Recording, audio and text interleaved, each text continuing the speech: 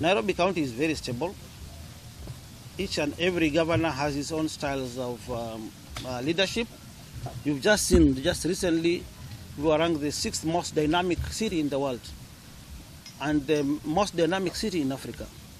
In the recently concluded polls by TIFA, we were ranked as the most improved county.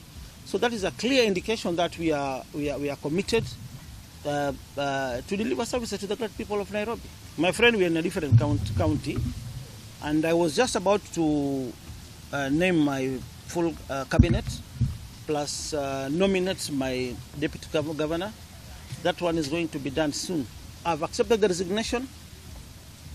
I mean well for you, but pesa ya umma lazima ikuwe accounted for. Tukienda Senate, the senators keep us on toes to explain how these monies zinakuwa spent. So Nairobi is different from other counties. Pesa ikibiwa, we deal with it hapo kwa hapo. Kwa hivyo, sina ubaya na mtu yoyote, but investigations lazima ifanyike, waizi lazima wakamatwe.